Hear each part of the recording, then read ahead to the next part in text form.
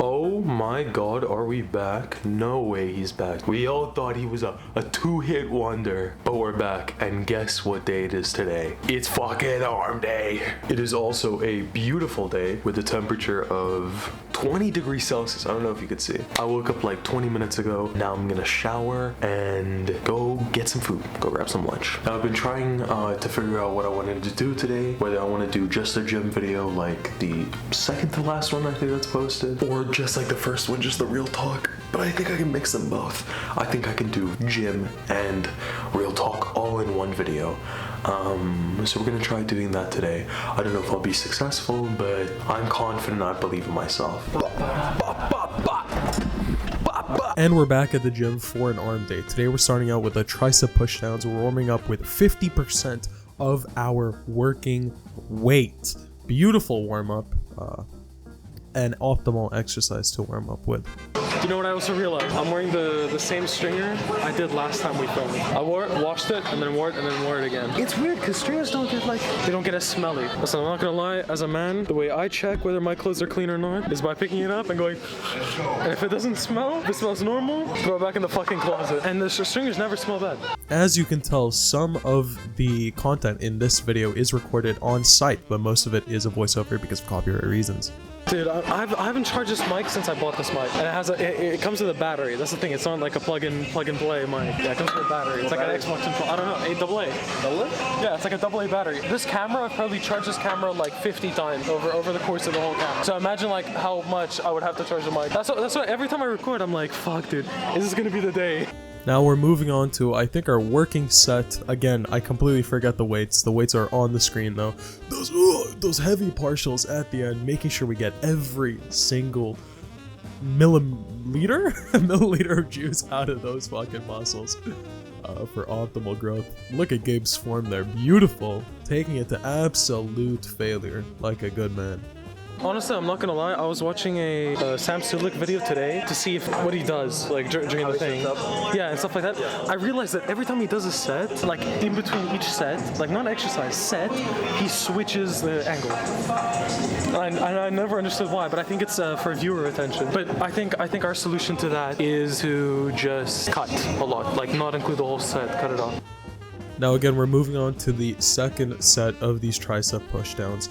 Arm days are usually my favorite. The only problem is there's about like 6 exercises in the whole arm day, which does take a little bit of time. Now here we go, Gabe doing his second set, finishing with absolute failure again. I'm trying a new color grade today on the gym footage. I hope you like it.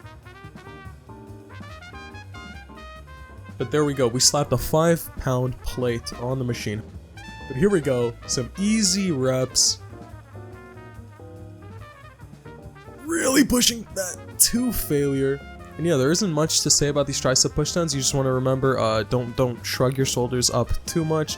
Keep your elbows relatively in the same place. Of course, when you're doing this higher weight, your elbows are gonna provide a little bit of momentum, but try to keep the form as strict as possible. Keep your back as straight as possible to avoid any weird lower back pains, and really push that weight down.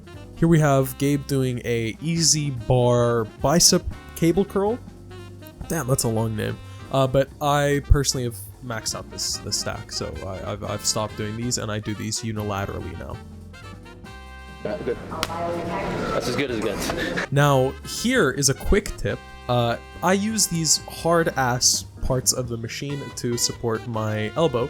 So if you fold up your t-shirt like that, you can have a more comfortable resting spot. But here we go with the first set. Unilateral bicep cable curls. These are kind of facing away. Well, they are facing away, but they're elbow supported to really make sure they're as strict as possible. Using the D handle here feels really good. I tried to use the ankle strap, but it didn't work.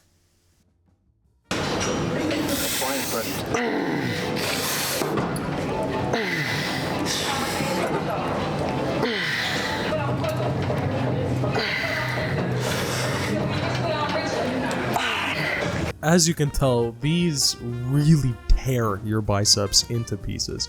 I was also throwing around, I think, semi-heavyweight for a cable exercise, and my biceps were destroyed by the end of this. None of this audio is going to be usable because the mic's pointing that way. Are you serious? Yeah. So I can do this. I can rotate the mic. And now they can hear us, but it's also okay.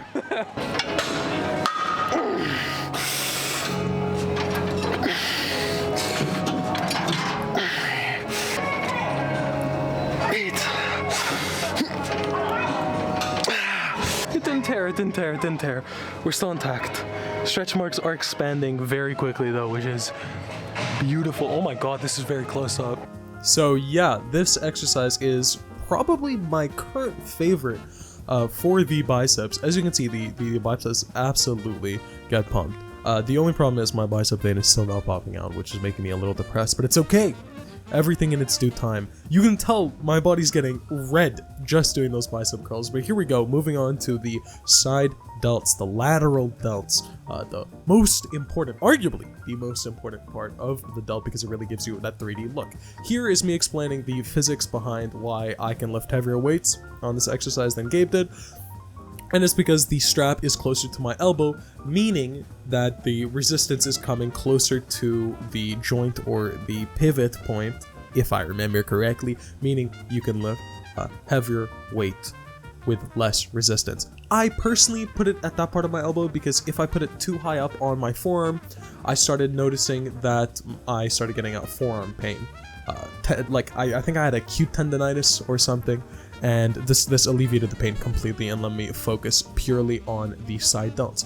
If you have one of those lateral raise machines, the ones that come with like little too big, it's on the screen right now. If you have one of those machines at the gym, I highly recommend using those instead, because it really helps you isolate those delts. But cables work just fine.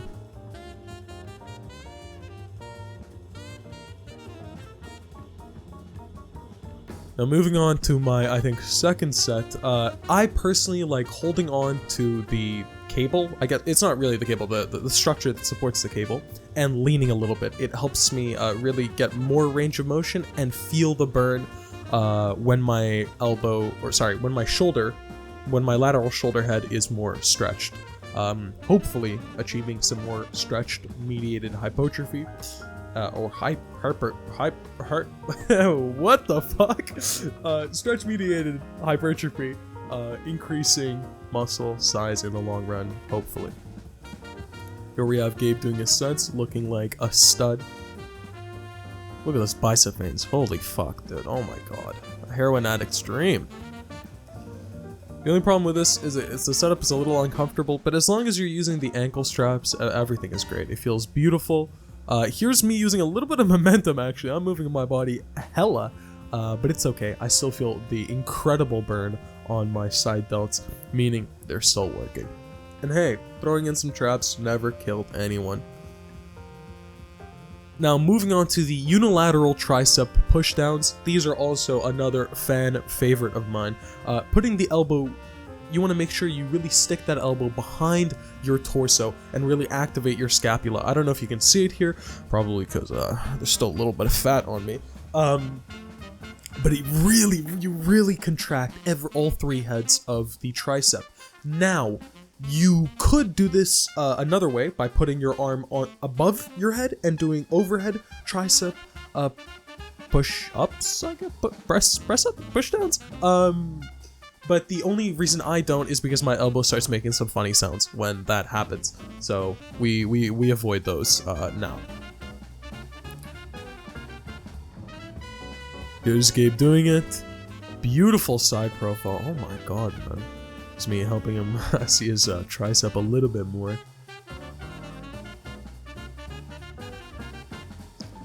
Personally, I like using the ankle strap here. You can use the handle again, but I'm a big fan of these ankle straps. I really like how they feel. You can see my whole body turning red again. Absolute failure. Little assist rep by yours truly there.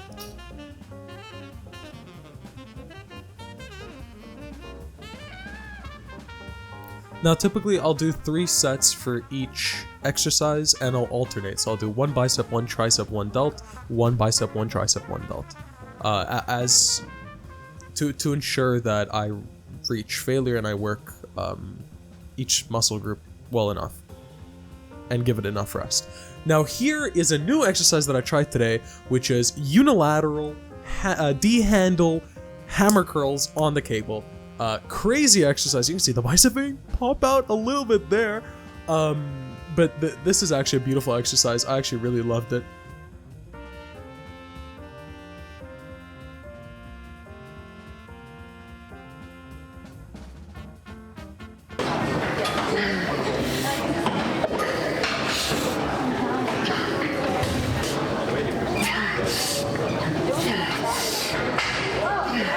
Okay, so the camera battery is almost dead, but we're gonna go have dinner now. I'll charge the battery and I'll get back to you. It's beautiful as fucking. Beautiful day. So you may notice a little bit of a difference, and that's because it is currently the 9th of February. Now, I did record the real talk on the day that this was filmed. I forgot what day it was. It was probably like the 28th, 27th maybe. So it's at the beginning, whatever.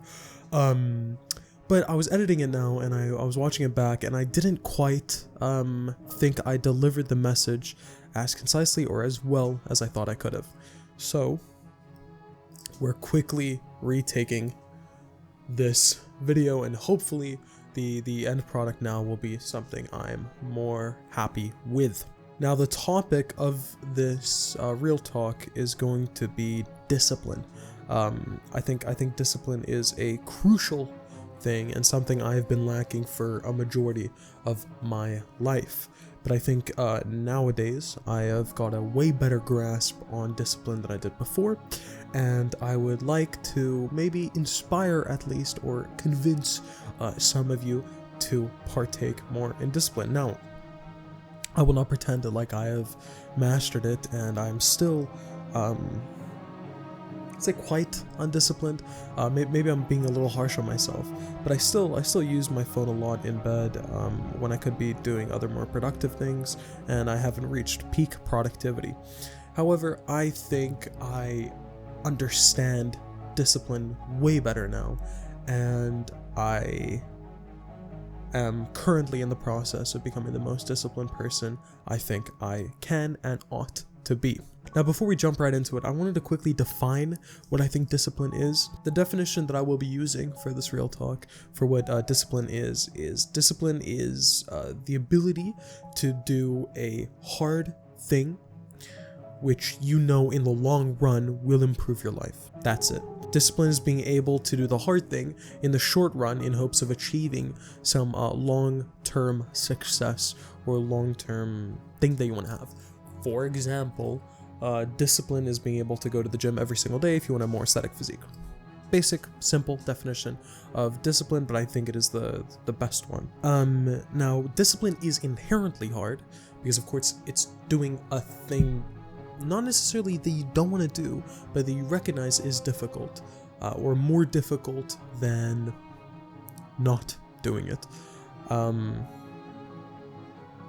in hopes of improving yourself and being and putting yourself closer to maximizing your potential. I like to think of discipline, and I think this is the best strategy that I've used so far in maximizing discipline.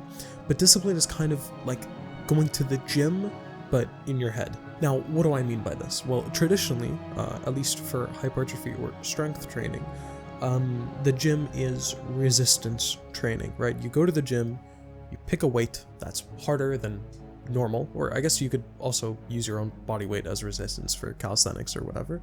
But basically you're acting against a force that wants to keep you mostly down, mostly gravitational. And through fighting that force and eventually overcoming that force, you are better at overcoming the resistance to that movement. Now later on, you can increase this resistance and be able to lift even more, whatever. Discipline is a similar concept. Discipline is being able to have that mental resistance. So for example, an example from today, right? I woke up and I wanted to go on Instagram, or I wanted to go on my phone and scroll through Reels for an hour, which is what I would usually, at least mostly in the past, do when I wake up.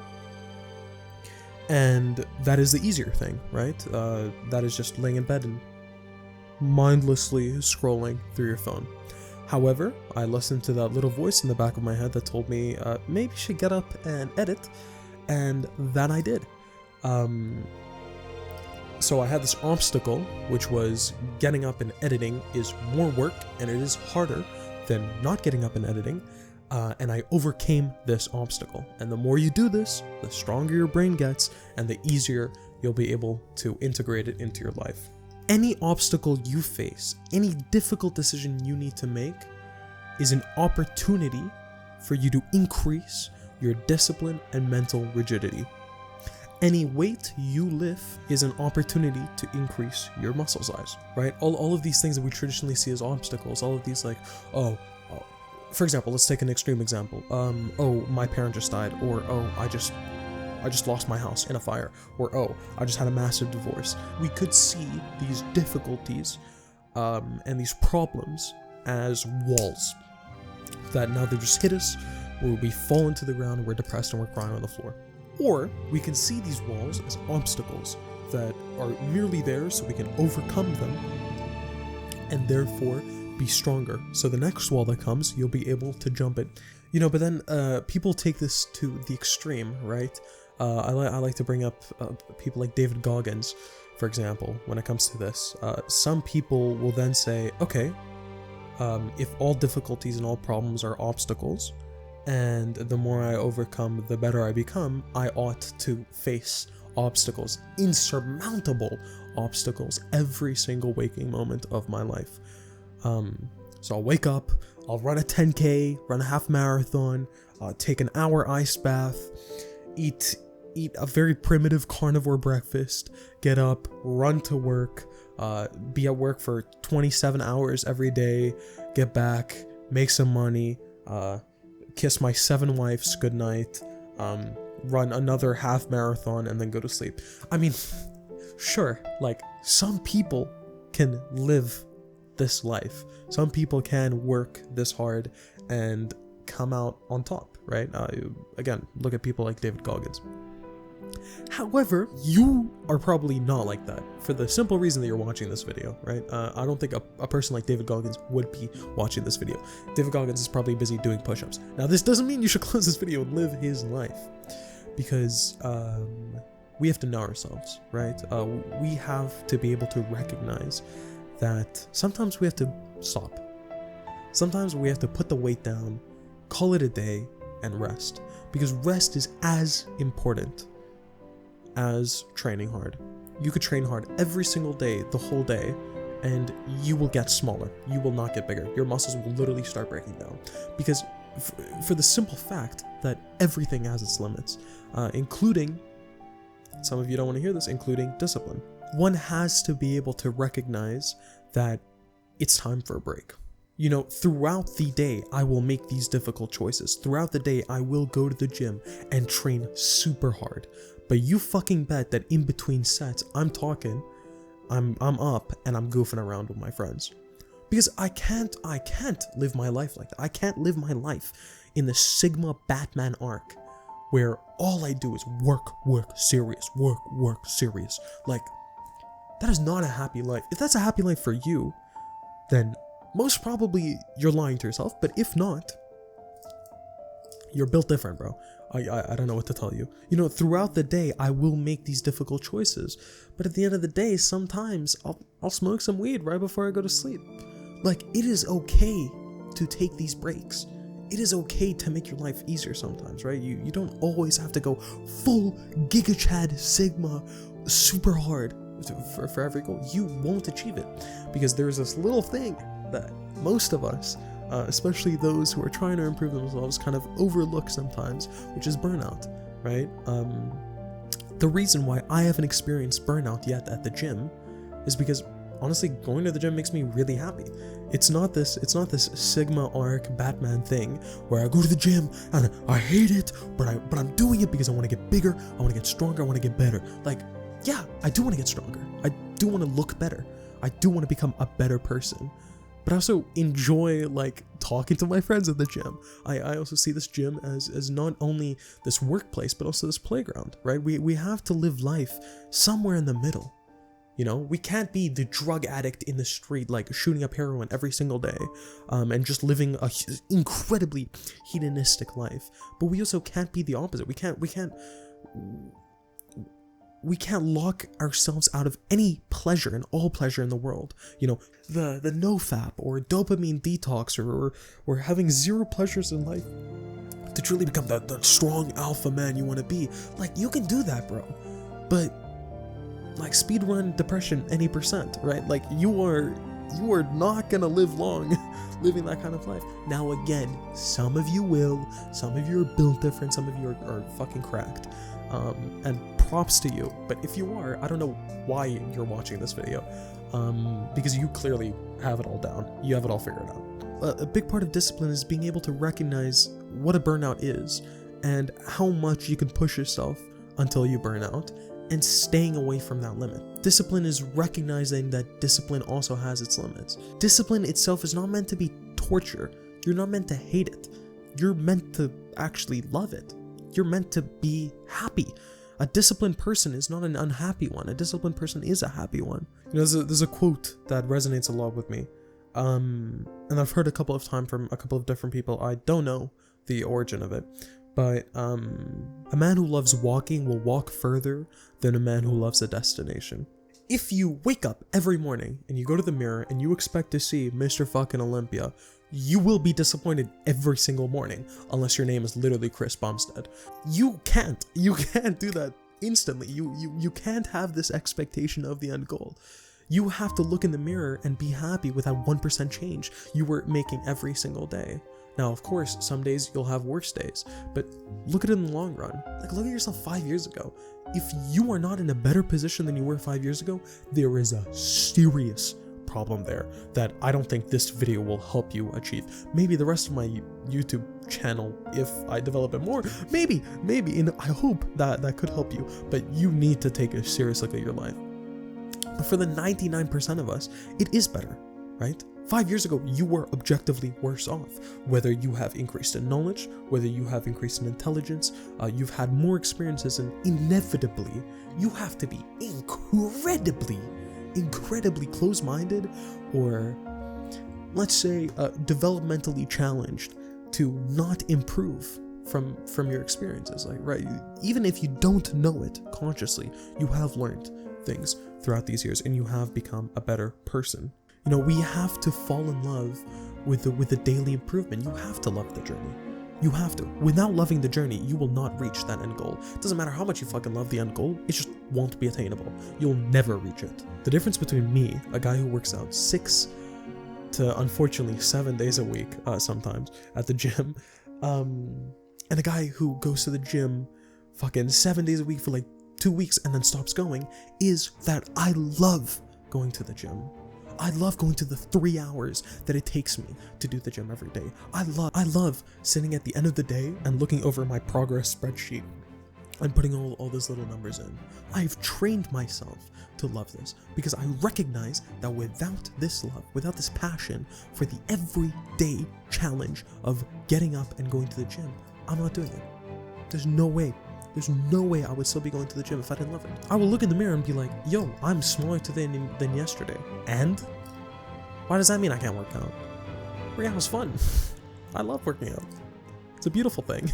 And this is a lot coming from me because I am a guy who loves the sprint as opposed to the jog. I love the making incredible progress in a short amount of time, right?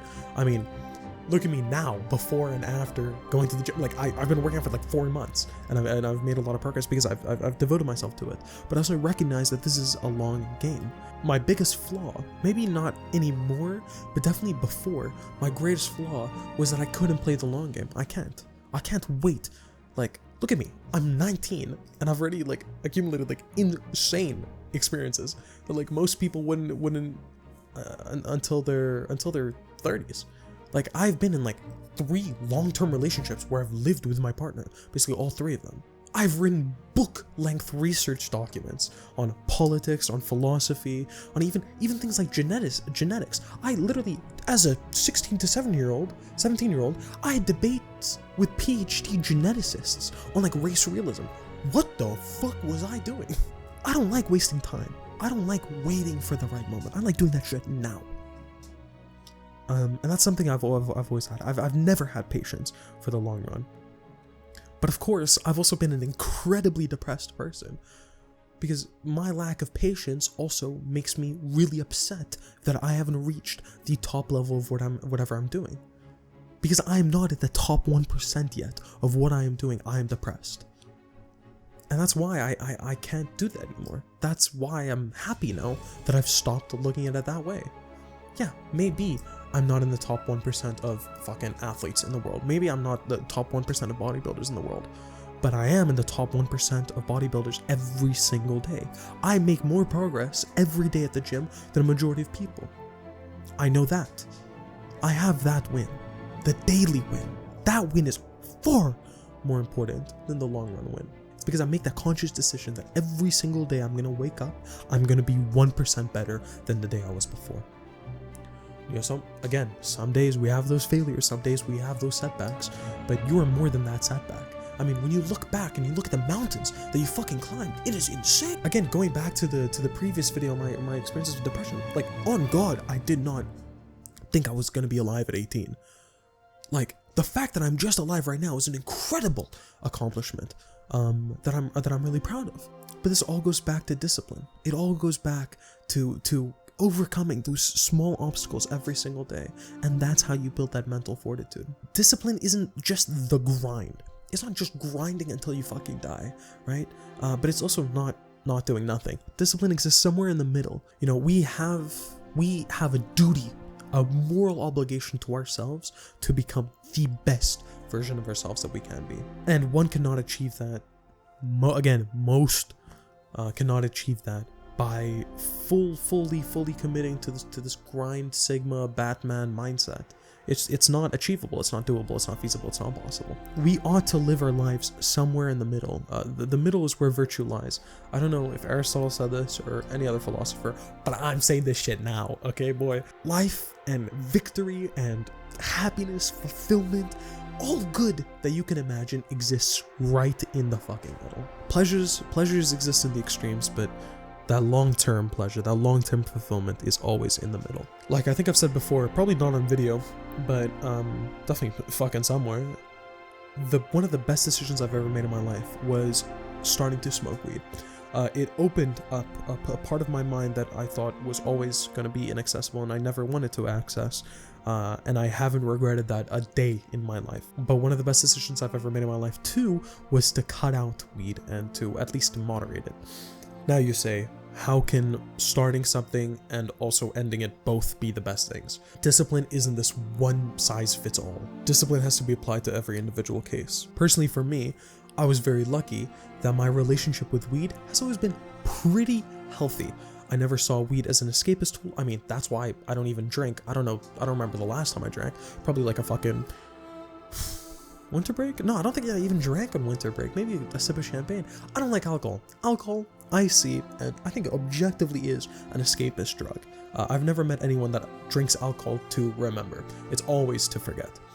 However, with weed, I think weed is somewhat the opposite. I mean, you can use it as an escapist drug, and of course I have occasionally throughout my life. But in the most part, 98% of the time that I'm smoking, I'm doing it in a healthy manner. I am not trying to forget, I am trying to explore more. I use it as an introspective tool more than anything else. Now, of course, you will say, but you can just meditate. Yeah, bro, like, I could meditate for the next 10 years of my life to reach the same place that I can by smoking a J. But why? Why am I gonna, like, that is an unnecessarily difficult thing to do. Yes, weed isn't the best for your brain, especially fucking American weed. That shit makes you schizophrenic.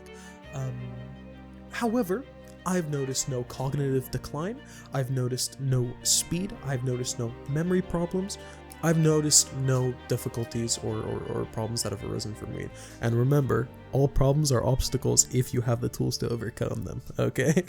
But no, I'm not addicted to weed. I can literally stop whenever I want to. Okay. I recognize that most addicts say that, but I literally stop whenever I want to. Whenever I recognize that weed isn't good anymore, I stop smoking. Because at the end of the day, I'm smoking weed because I love myself and I want to improve myself. And, you know, if it's damaging me, there's literally no logic behind doing it. I think alcohol is more damaging than weed, at least for me. That's why I don't drink. That's why I don't enjoy drinking. Why am I gonna do something that is hurting me? Like, there's no logical sense behind it. Again, I don't feel like I need to justify my consumption of weed, but I feel like there's a lot of people out there that aren't doing things like...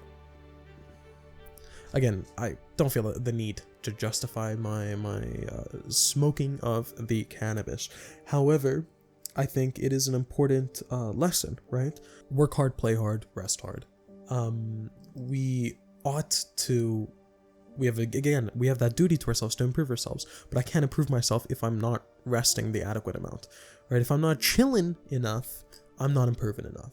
And I think, again, going back to it, I think discipline is all about tailoring your own discipline to your own goals.